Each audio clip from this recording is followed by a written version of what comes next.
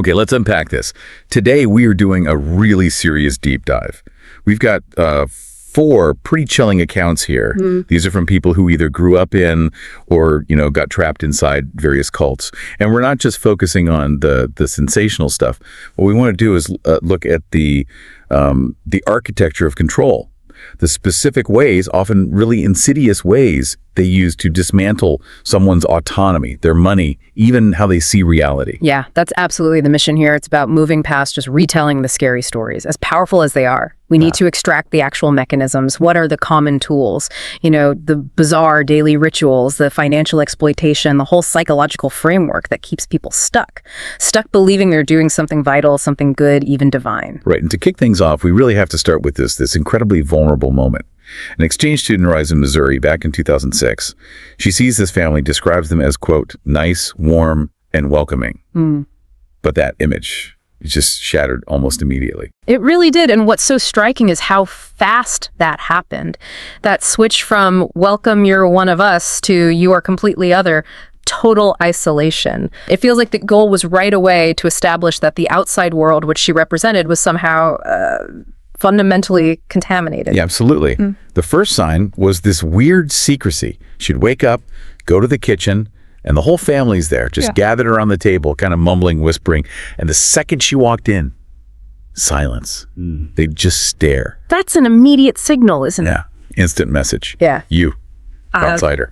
And then that leads straight into this mechanism of, ritualized purity and pollution, like you said. Yeah. The son refusing to touch her because she was supposedly born from sin. Right. And the daughter being afraid of her for just looking the father in the eye. It's bizarre. These rules, they seem arbitrary, but they instantly brand her. She's unclean. She's carrying something dangerous. It creates this emotional debt she can never possibly repay. And simple things, totally normal things, like, reading a book or even eating a sandwich, were met with these gasps, accusations that she had residues of the wicked on her, that she was going to hell. Her sense of safety, psychologically, just destroyed within days, intentionally. Yeah, and the isolation just ramps up from there, that public shaming element. The church service, you said it was basically orchestrated for her. Exactly. She was the sole focus of the pastor's sermon.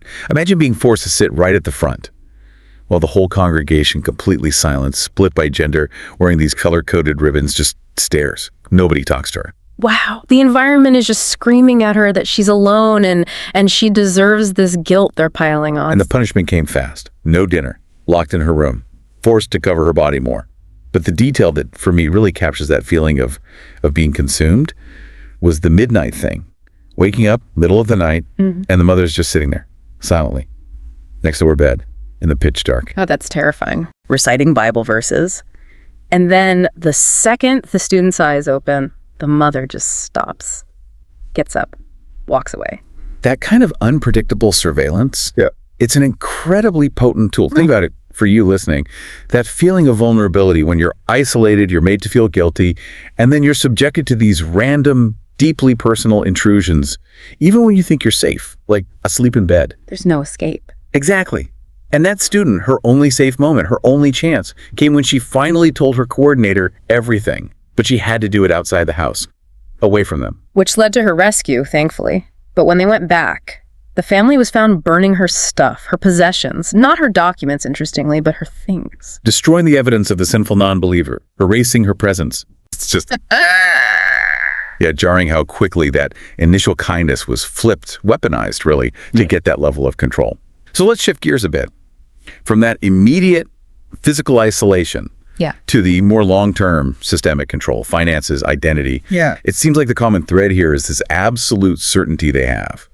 Their divine purpose justifies denying basic individual needs. If we connect this to the bigger picture, that's perfectly shown in the second account from the Unification Church, often called the Moonies back in the day. Their leader, Reverend Sun Myung Moon, he claimed he was the second coming of Christ. Right. And his argument was sort of complex, but essentially, Jesus forgave sins, sure, but he didn't finish the job. He didn't complete the restoration of the fall. Humanity still needed fixing, basically, still needed to get back to a sinless state. So this whole ideology of spiritual indemnities is basically forcing members to pay a huge price for their own salvation and everyone else's. Pretty much. They had to cleanse humanity, pay off this cosmic debt. And they did that by putting themselves through, frankly, misery and extreme self-denial. And what's really insidious, it seems, is how they link that suffering directly to economic isolation, too. Like, to pay off this spiritual debt, you had to do these extreme things. Exactly. We're talking years living in a van, selling stuff, candles, wind chimes, whatever, 14 plus hours a day. Yeah. Mandatory lifelong abstinence until the Reverend himself, or later the parents, arranged your marriage in these mass blessing ceremonies. And just brutal physical rituals on top of that. Yeah, the physical toll sounds immense. Hundreds of full bows, like prostrating yourself before a picture of moon every night. Daily cold showers, regardless of the weather. And the fasting, mandated fasting, just drinking water. For these specific providential numbers of days, 3, 7, 21, or even 40 days. 40 days. Wow. And the source mentioned you couldn't even get married in one of those blessings without doing a 7-day fast first. That exhaustion, it serves multiple purposes, doesn't it? It proves your loyalty, sure, but it also keeps you too physically depleted, too mentally drained to think critically or question anything. And then they charged for salvation. Literally. Even for the dead. Yes. The ancestor liberation fees? This is fascinatingly cynical. And notice the huge price difference based on nationality. It reflected these internal cultural biases or resentments. Japanese members were charged thousands of dollars per ancestor. Americans, just over 100. They basically turned certain groups into their primary cash cows, exploiting historical tensions for profit. Which just spirals into total economic isolation for the members, right? Yeah. We heard about this thing called the total life offering. Yeah. A massive one-time payment, like $160,000. Wow. And they promised members, pay this and you'll never have to pay fees again. So people took out second mortgages, drained their savings, only to find out it was a lie. The demands continued. Of course they did. The goal isn't just the money itself. It's stripping away any external financial independence, making you utterly reliant on the group for everything. Trapped. And that systematic stripping of wealth, that pattern, it echoes in the fourth account we looked at too. That financial system was just built on guilt. Absolutely. It wasn't just standard 10% tithing. It was that, plus another 10% specifically for their big annual convention, plus an extra 10% every third year. So up to 30% of your income just gone. Poof. Yeah. And sustained by this teaching that if you didn't pay, you were, quote, literally stealing from God. How do you argue with that if you're fully bought in? You can't. It's impossible. Right. Okay, here's where it gets really interesting, or maybe just more complex. Because the control moves beyond money into just consuming your time and your sense of internal truth. Let's talk about the Scientology account, those auditing practices. Right, the auditing process Wow. with the e-meter. It seems designed, almost engineered, to create a totally subjective reality for the member, one that overrides their own common sense, their own feelings. Exactly. I mean, the description of just getting the e-meter working sounds kind of ridiculous. The lotion, squeezing the metal cans, walking around drinking water, more lotion, just to get the needle to react properly. And yet, even when the person in the account knew they were basically lying or making things up during the session, which lasted 3 hours, the auditor would declare this amazing breakthrough, a floating needle, success. And that's critical, isn't it? The system, the technology has to be validated.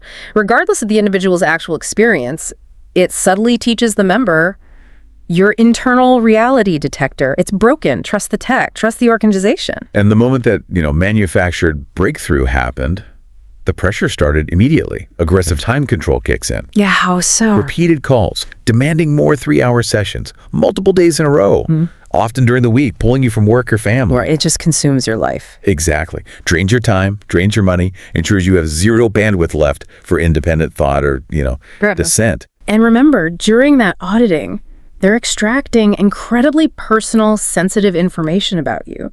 Your fears, your secrets, your past traumas. Oh, absolutely. That data becomes a form of control, too. It's like an insurance policy for them. If you ever think about leaving or speaking out, they have leverage. It can be weaponized. That denial of your own reality, your own feelings, it moves so easily into denying physical needs, too. We saw that clearly in the fourth account, the one where the person was born into the group, specifically around medical care. Yes, they actively discouraged modern medicine, equated using it with turning away from God. Rely on faith healing instead. But the devastating part, the hypocrisy, is the double standard. Always? While regular members might suffer or even die waiting for a miracle, the leaders, If they got sick, they were immediately rushed off to get the best medical treatment available. The rules are for the followers, never for the leadership. And that denial of basic needs extended even to children with fasting. Right, not just food, but drink as well. They enforced these annual fasts. And the account mentioned seeing a toddler, maybe 2 or 3 years old, just breaking down, sobbing uncontrollably from dehydration during one of these fasts. It's horrifying. Just heartbreaking. And that same group, that fourth one, had this incredibly extreme sex-negative environment, teaching that sex was inherently dirty, sinful, evil, unless it was specifically approved by the ministry, usually for procreation within strict rules. Yeah, and the psychological damage from that? Yeah. The survivor who shared her story, she revealed she actually developed vaginismus, a physical condition, because she had internalized so much fear and shame around sex, believing it would inevitably hurt. That's a direct physical manifestation of the psychological control. And tragically, that fear was compounded by the reality of sexual abuse happening within the leadership itself. Which is depressingly common in these environments. Yeah, and the victims were taught, essentially, if that happened to you, it must have somehow been your fault. Ugh. Blaming the victim, applying that guilt mechanism even to the trauma of being abused. It's just, it locks them in further. That guilt and the fear, those seem to be the glue holding it all together. Definitely. In the Unification Church, for example, they deliberately told the second generation, the kids born into it, these specific graphic horror stories about people who left, so-and-so left and they were immediately hit by a bus, or she left and became a prostitute, or he left and killed himself. All designed to make the idea of leaving seem not just wrong, but terrifyingly dangerous, fatal even. Makes exit seem completely unthinkable. So how does anyone even get drawn into a system like this in the first place? A system designed to cause so much misery. It's almost never a direct, hi, want to join our cult approach, right? Almost never. If we connect this to the bigger picture again, look at the Unification Church's recruitment in the 70s. It was often quite soft initially. They appealed to really basic, universal human needs. Things like true love, family values, a sense of community.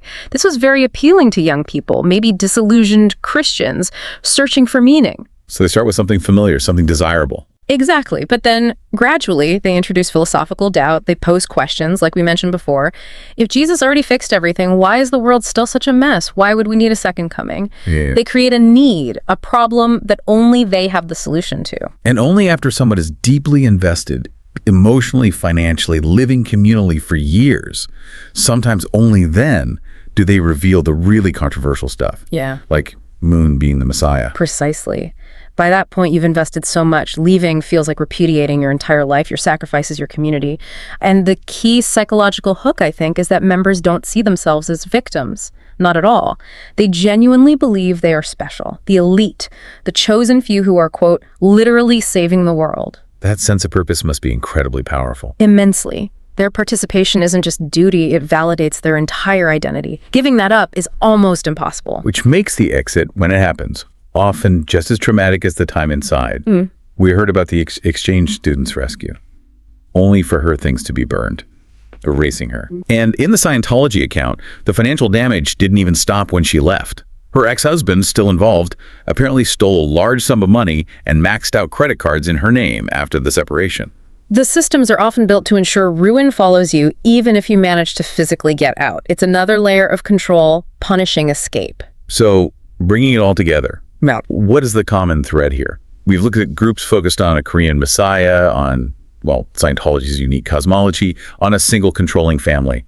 They seem so different on the surface. They do, but underneath, I think the common element is the calculated use of manufactured certainty, a belief system that allows absolutely no questioning, no dissent. It presents itself as the only truth.